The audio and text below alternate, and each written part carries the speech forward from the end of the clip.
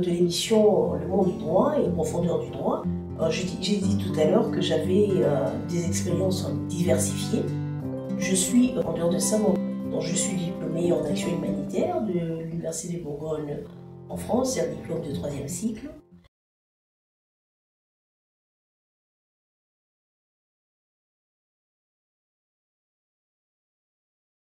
Après ces diplômes-là, quand je l'ai eu, j'ai créé en fait une association, Action contre les violences faites à la femme et promotion du genre, qui œuvre pour la promotion des droits de la femme et qui œuvre également pour la promotion du genre. Le droit de la femme, notamment le droit à l'éducation de jeunes filles, le droit au travail, à l'égalité dans le travail, notamment le droit à l'entrepreneuriat de femmes, promouvoir l'entrepreneuriat de femmes. Pourquoi nous misons sur ça? Mais tout simplement parce que, vous savez, la femme, comme en Afrique on le sait, la femme est l'avenir de la nation. Tout s'est construit autour de la femme. Le début de l'homme, c'est la femme. C'est la femme, en fait, qui porte l'enfant pendant le mois. Et c'est elle qui met au monde l'enfant. C'est elle, de manière générale, qui veille à l'éducation de l'enfant dès le bas âge, jusqu'à ce que l'enfant va grandir, devenir un homme. C'est elle qui transmet, en fait, de valeurs. Et cette femme-là doit être considérée dans le foyer. Vous allez voir de violences conjugales. Quand le papa, par exemple, tape sur la maman, vous humiliez votre femme devant vos enfants. Ce n'est pas bien. Ce n'est pas l'exemple que vous donnez à vos enfants. Un bon exemple. Un exemple sûrement, mais pas un bon exemple que vous donnez. Parce que un enfant qui assiste devant ce scène-là, ça reste dans sa mémoire et il va reproduire cela quand il sera grand. C'est ce qu'il a vu. Les enfants, quand ils voient, ils captent. C'est ce qu'il a vu, c'est ce qu'il va reproduire. Il sera aussi un homme violent envers son épouse. Parce qu'il a vu son père taper sa maman. Parce qu'il a vu son père humilier sa maman devant les gens. Parce que c'est aussi par rapport à la situation à l'Est. Avec toutes les violences que les femmes subissent à l'Est, depuis 2011, donc cette association-là existe. Il fallait parler de ces problèmes, de ces violences-là.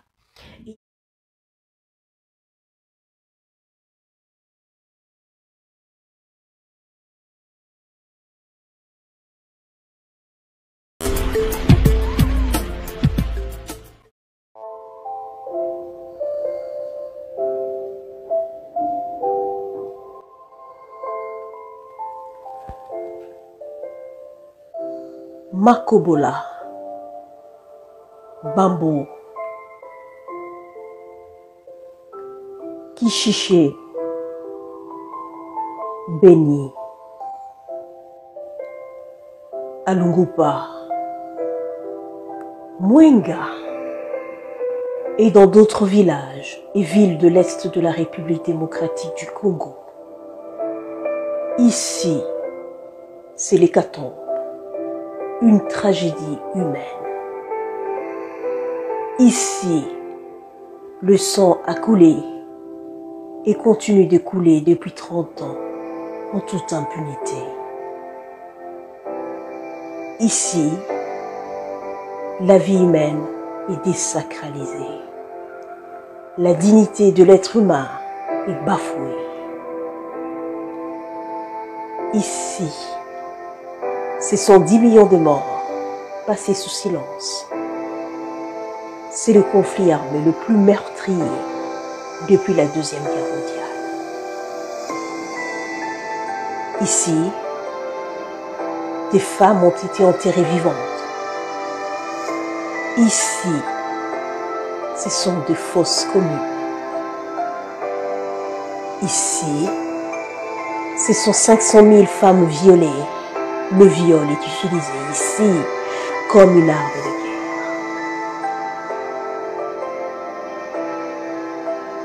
guerre. Ici, ce sont 5 millions de personnes déplacées. Ici, c'est le pillage de ressources naturelles de la RDC. Quel mécanisme de justice contre tous ces crimes pour que justice soit rendue pour 2 millions de victimes.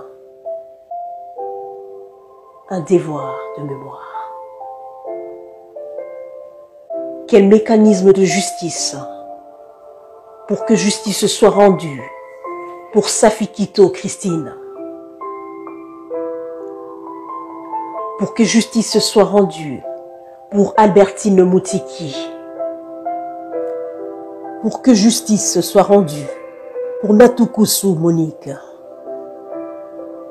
Pour que justice soit rendue pour Kalafula Bungilila.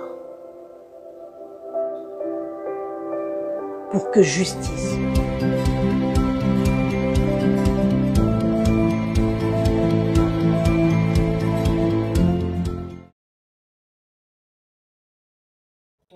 La femme, c'est la partenaire de l'homme. On dit non, vous voulez que les femmes deviennent comme des hommes. Non, non, non, non, non.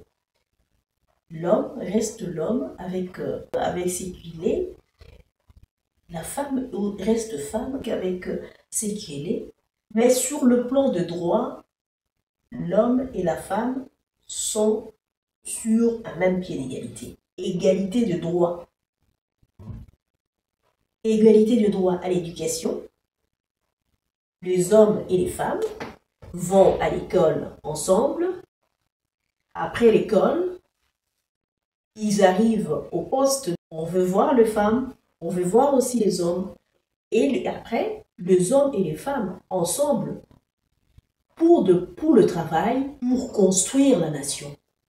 Parce qu'il y a beaucoup de femmes.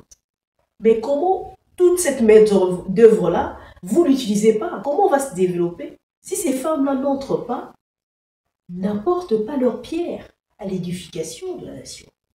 En RDC, en l'occurrence, vous allez voir qu'il y a des mamans qui ont élevé des enfants, des hommes et des femmes, qui ont élevé des grands hommes, des femmes braves qui s'élèvent le matin, vont travailler et ils apportent, ils nourrissent leur foyer.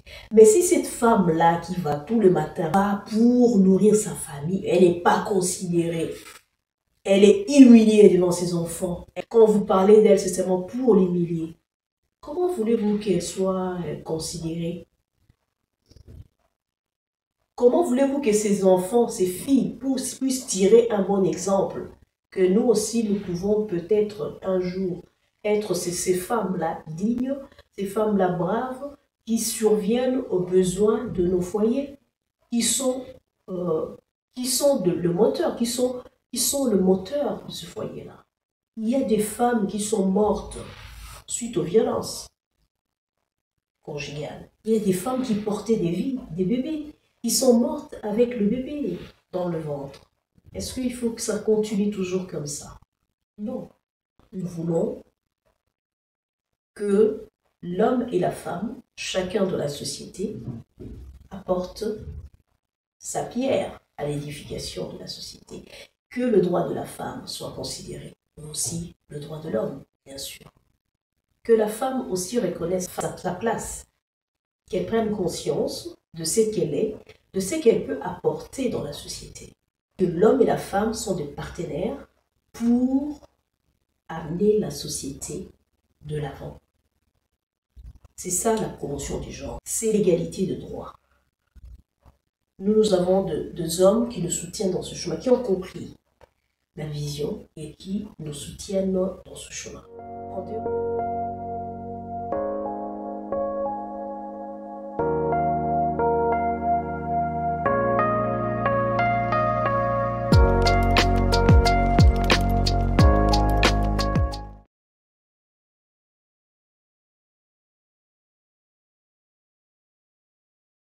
Donc, en dehors de actions contre les violences faites à la femme et promotion du genre, Je suis également dans le domaine de la banque et assurance. Je suis diplômée en banque et assurance de l'École nationale du commerce en France, ENACO. C'est un diplôme de la Fédération européenne des écoles. À travers donc ces parcours-là, j'ai travaillé sur le thème comment c'est protéger ses proches et son patrimoine, quels outils. Vous voyez, c'est donc banque spécialité assurance. J'ai parlé des outils d'assurance qui permettent en fait de se protéger, protéger ses proches et protéger son patrimoine. C'est un sujet très important, notamment pour en ce qui concerne l'Afrique en général, la RDC. Des fois, on n'a pas toujours conscience de se protéger, de prendre des assurances. Par exemple, dans le cadre, on voit souvent dans nos communautés, quelqu'un meurt aujourd'hui, mais il n'a pas d'assurance. C'est la famille qui doit contribuer pour l'enterrer. Et pourtant, aujourd'hui, il y a évolution, il y a beaucoup de banques en Afrique où vous pouvez prendre votre assurance, mais ce n'est pas encore entré dans nos mentalités. Prendre l'assurance décès, prendre l'assurance obsèque, au moment où vous n'êtes plus là, et protège vos proches qui n'ont peut-être pas toujours de l'argent pour vous enterrer, mais ils peuvent. Mieux que vous êtes, il y a l'assurance qui vous prend en charge, tout s'organise autrement. Et vous protégez aussi vos enfants. Souscrire des assurances vie pour vos enfants. Protéger vos biens. Prendre des assurances pour vous construisez une maison, vous prenez une assurance habitation, vous prenez une assurance auto. Généralement, peut-être qu'il y a beaucoup de véhicules qui roulent en République démocratique du Congo, des fois sans assurance. Vous payez vos assurances, ça vous protège au cas où vous avez un accident, au cas où il y a un risque au bout de votre voiture, ou bien il y a un tel risque que vous êtes couvert. Donc, j'ai parlé de toutes ces protections, de toutes les formes d'assurance qui existent pour se protéger, protéger ses proches et protéger son patrimoine. Donc, dans le cadre-là, je travaille dans le cadre bancaire. J'accompagne donc le client d'une banque à avoir des produits et services qui cadrent avec leurs besoins, que ce soit en matière d'épargne, que ce soit en matière de financement pour les crédits, prêts immobiliers, prêts personnels, tout genre de prêts, que ce soit en matière d'assurance, effectivement, fructifier leurs finances pour savoir où mettre vraiment, épargner, dans quoi mettre ce qu'ils possèdent comme finance. J'accompagne les clients dans le domaine bancaire, comme dans ce cadre-là, et dans le domaine d'assurance. Je suis aussi également diplômée en commerce et marketing, diplôme de la Fédération européenne des écoles, à l'École nationale des commerces, en tant que responsable marketing et commercial.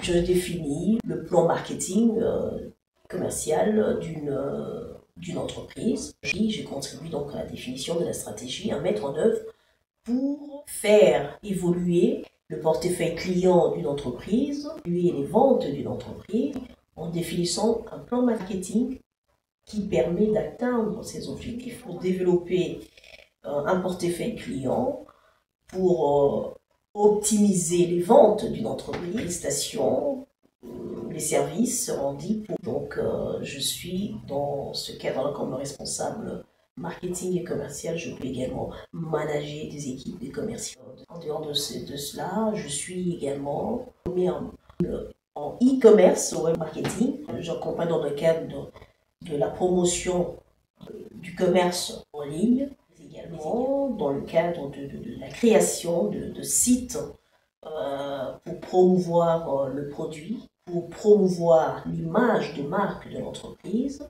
J'ai contribué donc à la valorisation et à la promotion de l'image les marques d'une entreprise, d'un territoire et d'un projet. Et en dehors de cela, je suis également diplômée en communication de l'entreprise. La communication de l'entreprise, que ce soit à l'interne ou à l'externe, par différents supports. Ce que je peux dire, c'est que mon parcours, en fait, est jalonné de plusieurs des diversités. J'ai voulu, comme je vous l'ai expliqué, être médecin, mais je ne suis pas allée là-bas. Maintenant, je me suis retrouvée dans d'autres domaines. Et des domaines, en fait, m'aident aujourd'hui, par exemple, d'une manière ou d'une autre. C'est-à-dire, ce sont des domaines, en fait, des compétences obtenues par-ci, par-là, qui font, en fait, je ne voulais pas rester seulement dans le domaine juridique. Et avoir des connaissances dans différents domaines, c'est un plus, c'est un atout. Ça vous permet d'avoir une vision élargie.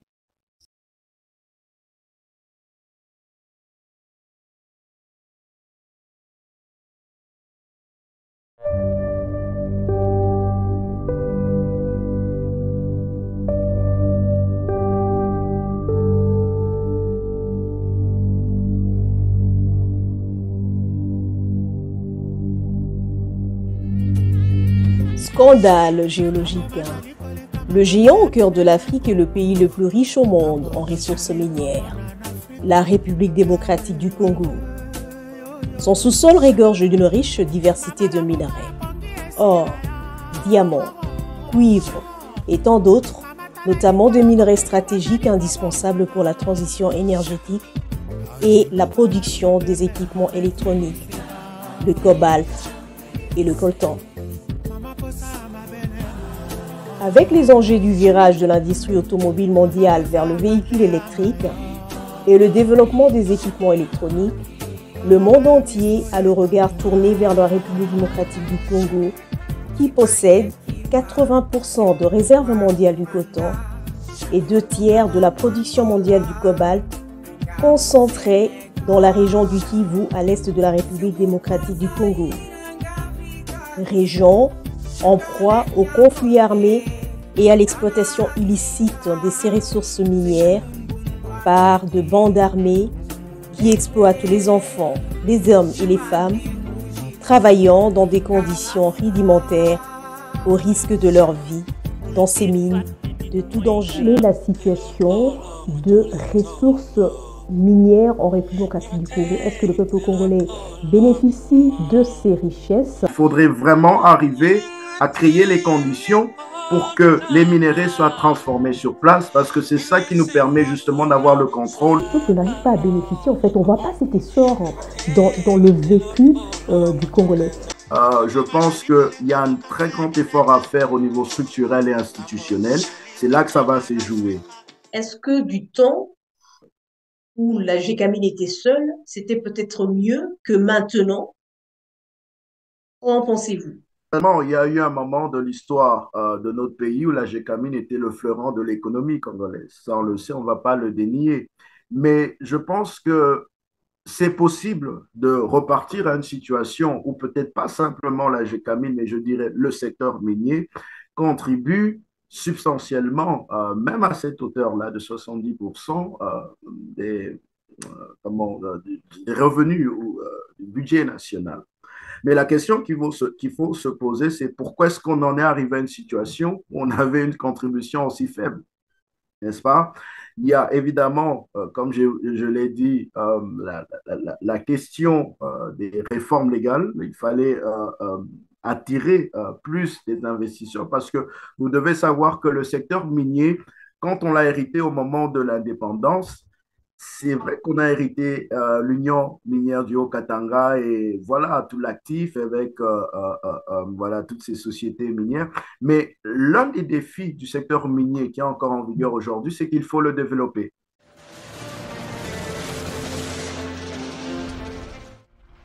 Tous les peuples ont le droit de disposer d'eux-mêmes. En vertu de ce droit, ils déterminent librement leur statut politique et assurent librement leur développement économique, social et culturel. Pour atteindre leurs fins, tout le peuple peut disposer librement de leurs richesses et de leurs ressources naturelles. sans préjudice des obligations qui découlent de la coopération économique internationale fondée sur le principe de l'intérêt mutuel et du droit international. En aucun cas, un peuple ne pourra être privé de ses propres moyens de subsistance.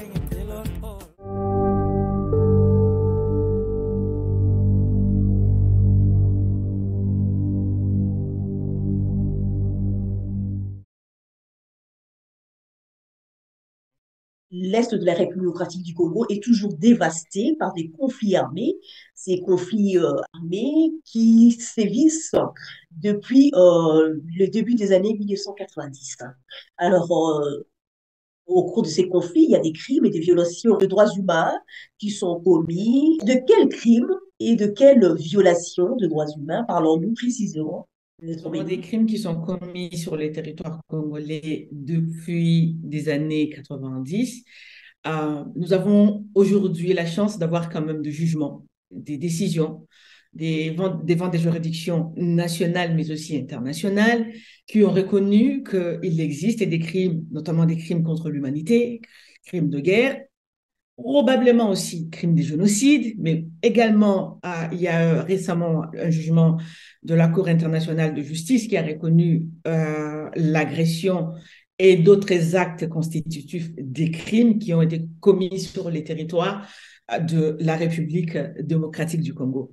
Au regard de l'étendue sur lesquelles les crimes ont été commis ou sont en train d'être commis encore sur les territoires congolais, et il faut aujourd'hui repenser à un système de justice pénale internationale qui doit s'appuyer sur plusieurs options alternatives et complémentaires à la Cour pénale internationale. Et parmi des mécanismes juridictionnels, plutôt, nous devons penser aujourd'hui au système, d'abord, des mécanismes, des systèmes de juridiction internationale ou nationale qui peuvent poursuivre des crimes commis avant l'entrée en vigueur du statut de Rome, mais aussi des mécanismes juridictionnels qui peuvent en fait s'intéresser aux crimes qui sont en train d'être commis après l'entrée en vigueur du statut de Rome. Pour les crimes qui ont été commis avant l'entrée en vigueur du statut de Rome, plusieurs voix se sont levées et nous pensons que c'est vraiment la meilleure façon de faire les choses. C'est la création d'un tribunal pénal international pour la RDC.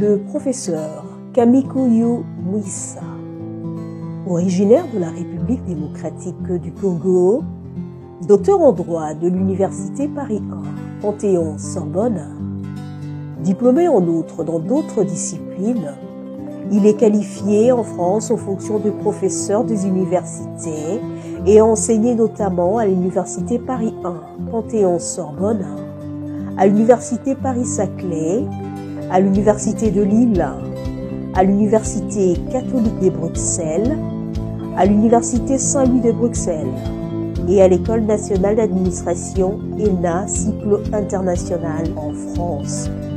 Il est consultant international auprès des organismes internationaux et il assume également la direction dans différentes structures. Éditeur, il est auteur de plusieurs ouvrages. Nous allons découvrir le détail de son parcours et racines juridiques.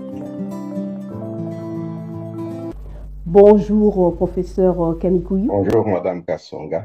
Je vous ai reçu il y a quelques années à Kinshasa, dans le cadre de l'émission Le Monde du droit.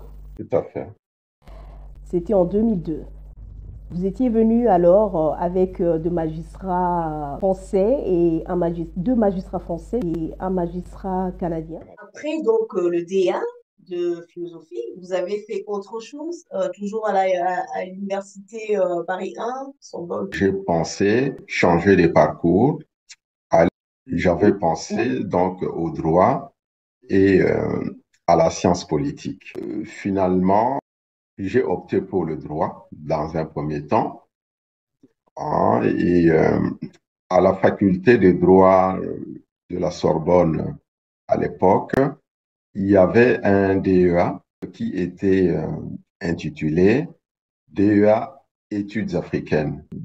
Dans ces DEA, là, il y avait deux options, l'option droit positif et l'option anthropologie juridique et politique. Moi, j'avais choisi l'option anthropologie juridique et politique. Je me suis dit qu'il fallait renforcer ma formation avec la théorie du droit. C'est ainsi que j'ai postulé pour la bourse Erasmus pour aller à Bruxelles à l'Académie européenne des théories du droit. Donc, j'ai été pris, c'était la première promotion. J'étais déjà inscrit en doctorat. Ça m'a permis de renforcer ma thèse de doctorat. Vous avez eu cette habilitation à diriger les thèses en même temps que votre doctorat et vous devenez aussi maître de conférence. Pour moi, c'est très important, l'éthique, parce que je sais que tout ce qu'on fait, le développement, il n'y aura jamais de développement sans éthique. Et l'éthique appliquée à la santé, à l'économie, à la politique, à tout finalement. Donc, l'éthique est quand même à la base de tout développement.